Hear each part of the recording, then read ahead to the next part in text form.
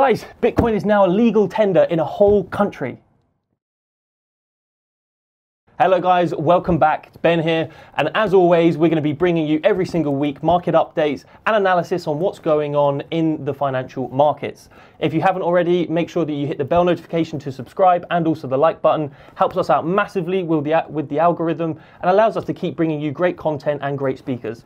So let's get into it. El Salvador is the first country to legally place Bitcoin as a legal tender by law across the whole country. Now this was passed by Naib Bakuli, pronunciation probably subject to interpretation. He forced the bill through Congress, which got 62 votes out of a possible 84. Now he's got an awful lot of influence, probably more influence than Trump did in Texas. And his idea is to bring external investment, also economic development, and also some tourism dollars into the region to really stimulate the economy, and that's the way through which he wants to do it. Now, it's worth noting that this is law. Anybody within 90 days when this begins, anybody who wants to pay a particular business in BTC will be able to, and the business will be legally required to accept this as a currency. Okay. So we have US dollar as a legal currency there. We also, after 90 days, as of yesterday, we will then have Bitcoin as a legal tender within El Salvador. Now, how is this going to work? So what we will have is the two currencies sitting side by side. Anybody who's in the economy doesn't have to deal in Bitcoin. Let's say they are paid in Bitcoin, but they don't fully believe it, understand it, trust it. They can actually opt to receive US dollars through a government-based scheme. Now, the way this scheme works is that there is a trust fund at the, let me get this right, Banco de Desarrollo El Salvador. And so this is a $150 million fund where you can exchange your Bitcoin for dollars through the government-based system. Now, once this is filled up, this $150 million quota, this will then be rebalanced by the government, and then they will essentially put the cash back into the fund so that its citizens, if they don't want to hold Bitcoin, can actually use USD.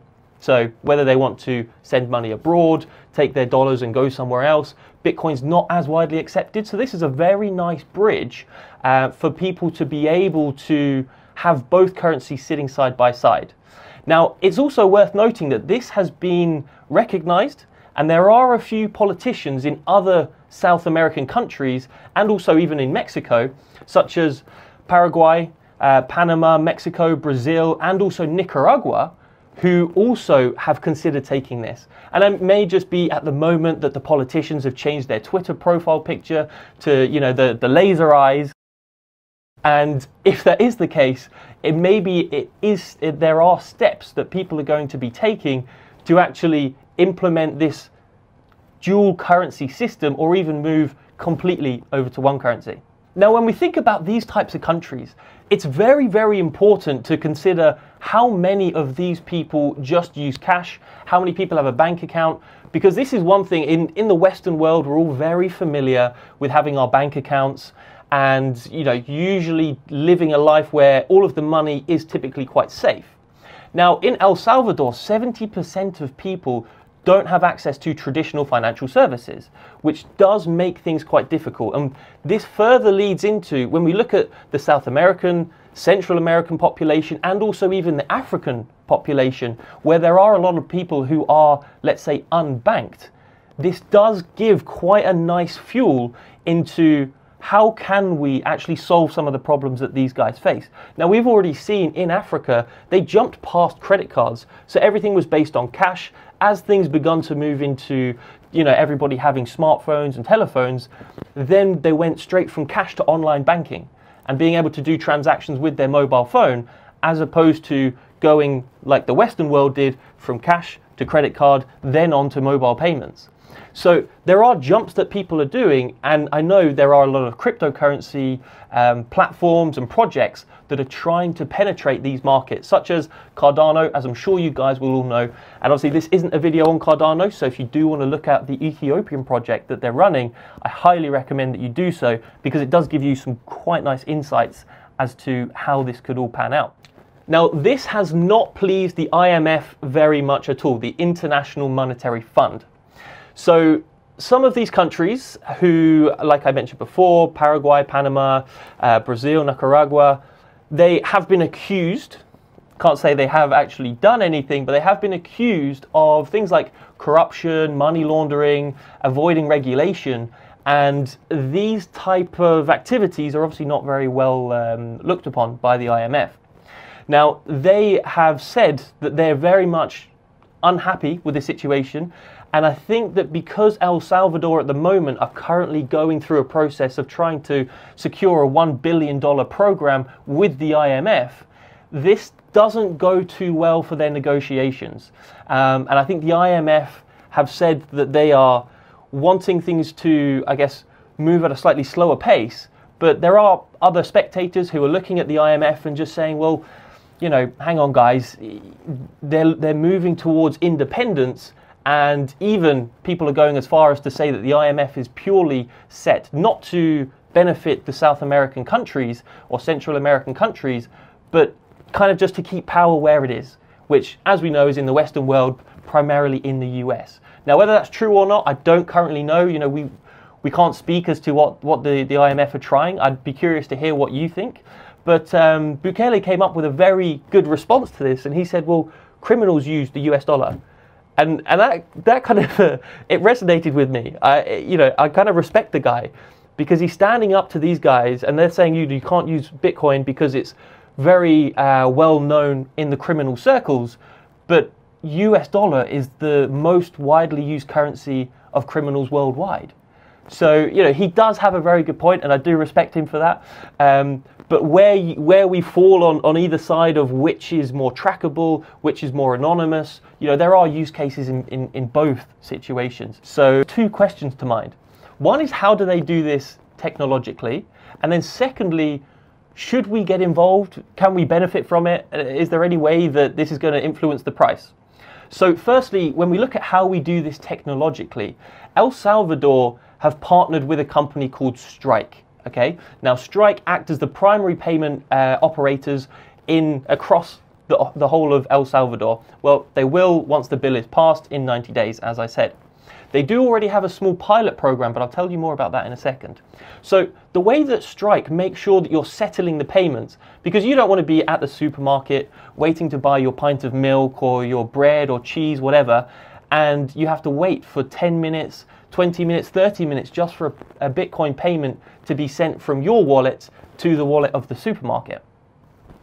So what Strike have done is they utilize the technology that was developed in around about 2015. It's been continuously developed ever since, but it's the Lightning Network which sits on the Bitcoin blockchain. So I'll actually show you how that is beginning to look. So like I said, we have a receipt. Let's say I am to purchase make these purchases at the supermarket, and then I need to send them, let's say, 0.1 Bitcoin. So this then has to go to the wallet of the supermarket. This typically will take around about 10 to 20 minutes. And if you pay more, you can have it quite a little bit faster. This is then if you pay less. And the fees can be quite high. Even if you're just buying, you know, like I said, your milk or your bread, and it only costs, let's say, $1, the fees on that transaction will be much, much higher than $1 just to actually send this. So this doesn't make sense, especially if you're scaling it out. Now, the way that Strike have actually come to fix this is they're, like I said, using the Lightning protocol, the Lightning Network protocol on the blockchain. So we are all familiar, we have the Bitcoin blockchain. These are just a series of ledgers all linked together in a block. and the miners validate the blocks, okay? Now, what we have here is we have an off-chain extension. So this is not actually directly on the chain. This is where we have Strike. So they create a small safe, almost, where when you put some money in, you then have a recognized amount. So they know that you as customer X have 3 Bitcoin, let's say. So when you go to make your purchase of 0.1, this is done automatically. And the way that this is done automatically is that Strike have connections with a ton of different vendors. So whichever vendor you want to go and partner with, Strike will have an off-chain connection with them. Think of it like when you go to the bar. You know, you'll go to the bar and you want to buy, you don't know how many drinks. You go in there, you have a few beers. You go in and there's a bit of an honor system where the bar says, look, I will give you, I don't want to charge you for every single drink you have, so I will just charge you at the end for all of the drinks that you have had. Now, you have to go in there and they assume that you have enough capital, your 3 Bitcoin, in order to cover this.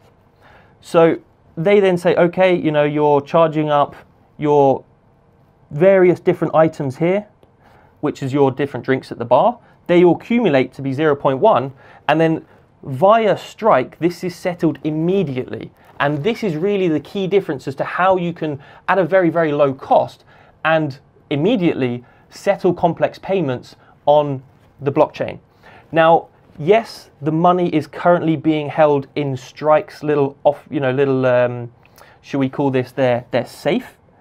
But the vendor will say, hey, look, you know, I'm going to trust you with this Bitcoin, that the client, i.e. the guy, me, with 3 Bitcoin, that I pay in.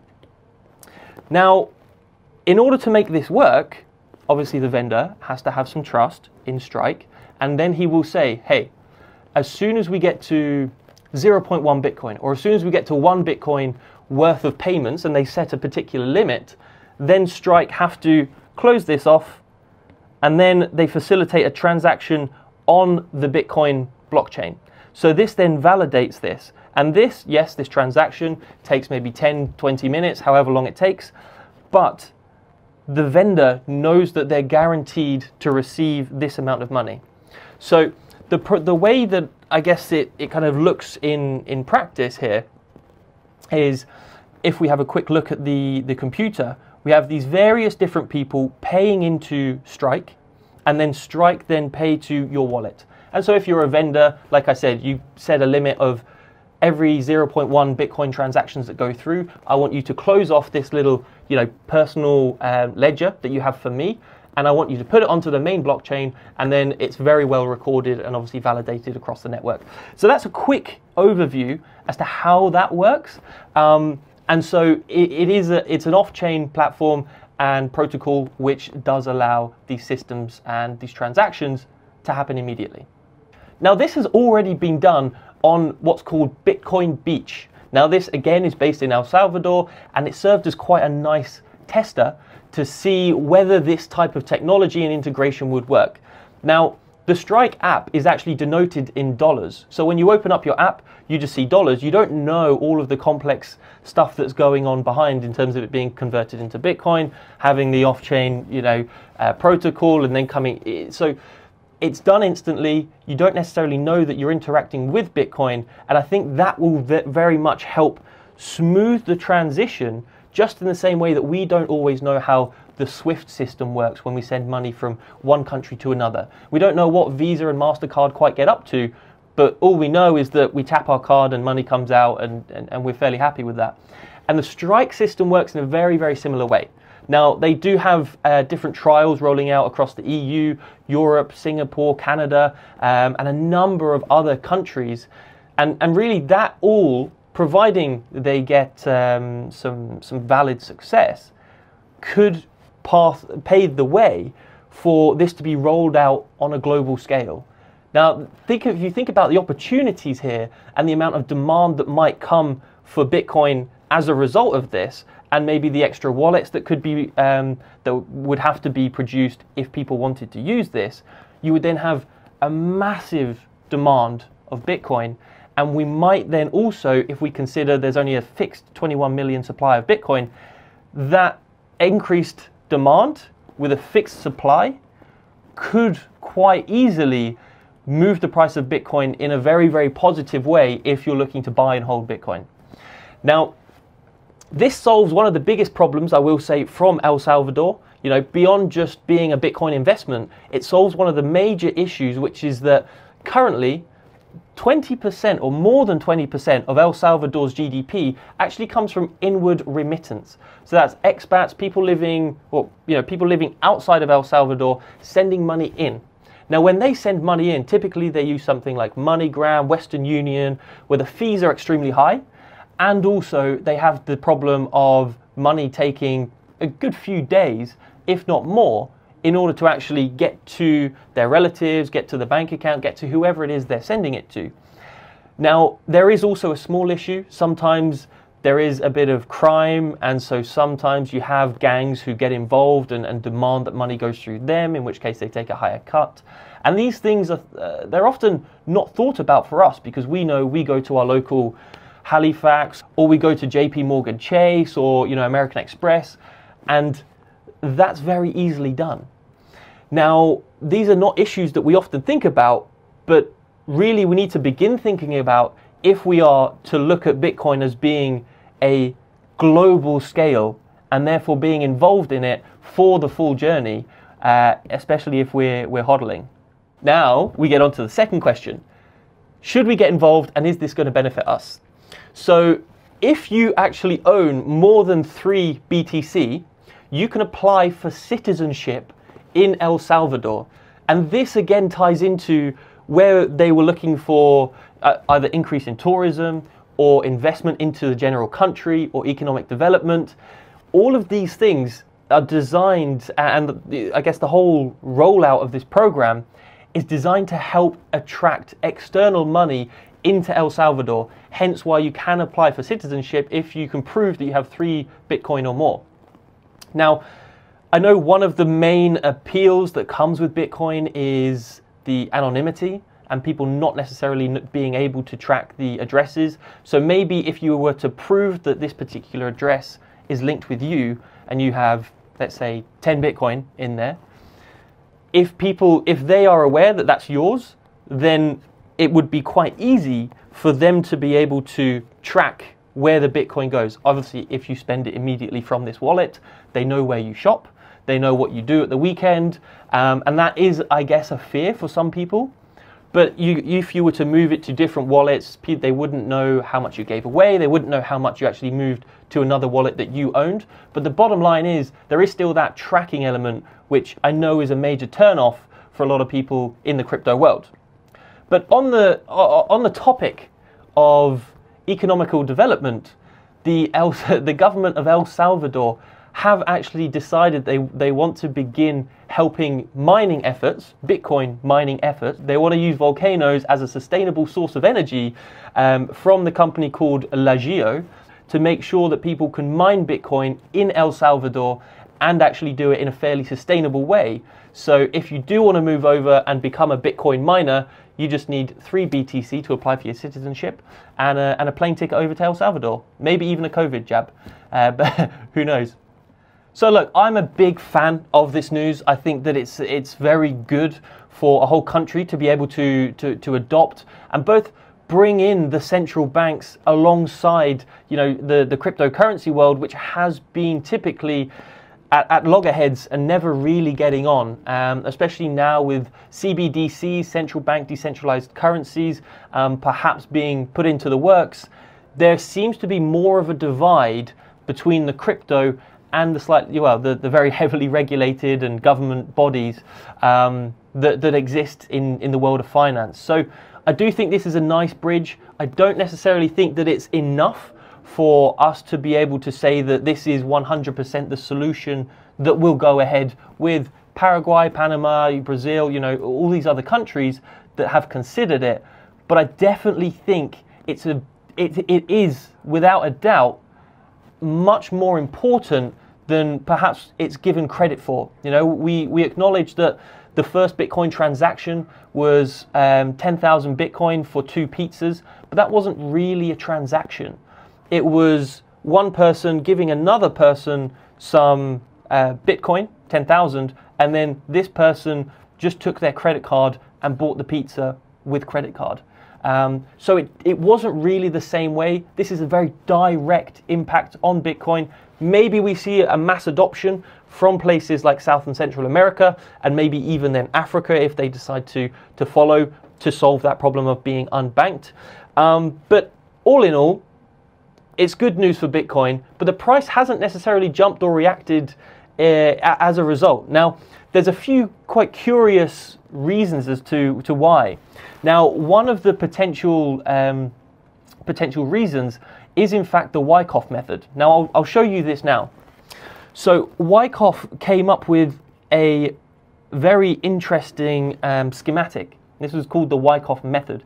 He was a trader in the early 1900s, I believe maybe late 1800s. So this schematic has been around for over 100 years.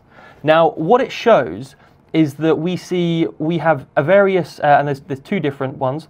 One for a market falling downwards, or rising up and then falling downwards. Another for a market falling downwards and then rising upwards. But basically, it consists of a few accumulation zones, a few zones in which people are very, very likely to sell. And this is not a video on the Wyckoff method, I will say. So if you want some more information, absolutely I recommend you go do some research. But I want to just give you an overview for 5 phases, A, B, C, D, E. Now, I've actually taken the Bitcoin price chart from this morning, and I just want to overlap phase A, B, C, and D of the Wyckoff method on the price of Bitcoin. So if we just drag and drop, and it's fairly rudimentary, obviously I recommend you go and do some more research, but you can see we have a movement upwards on the left-hand side. We then have a bit of volatility, and then a price drop, which we see here. The price then increases again in phase B. It consolidates while falling downwards. Phase C is slight upward momentum in kind of a consolidation phase, but then you have a huge sell-off. So if you have a look between LPSY, the top and the bottom, you then have a huge drop. And so this huge drop is exactly what we can see here. Now, I'm not going to be saying that I'm giving you a full level of market analysis on this. I would highly recommend that you go and do that yourself.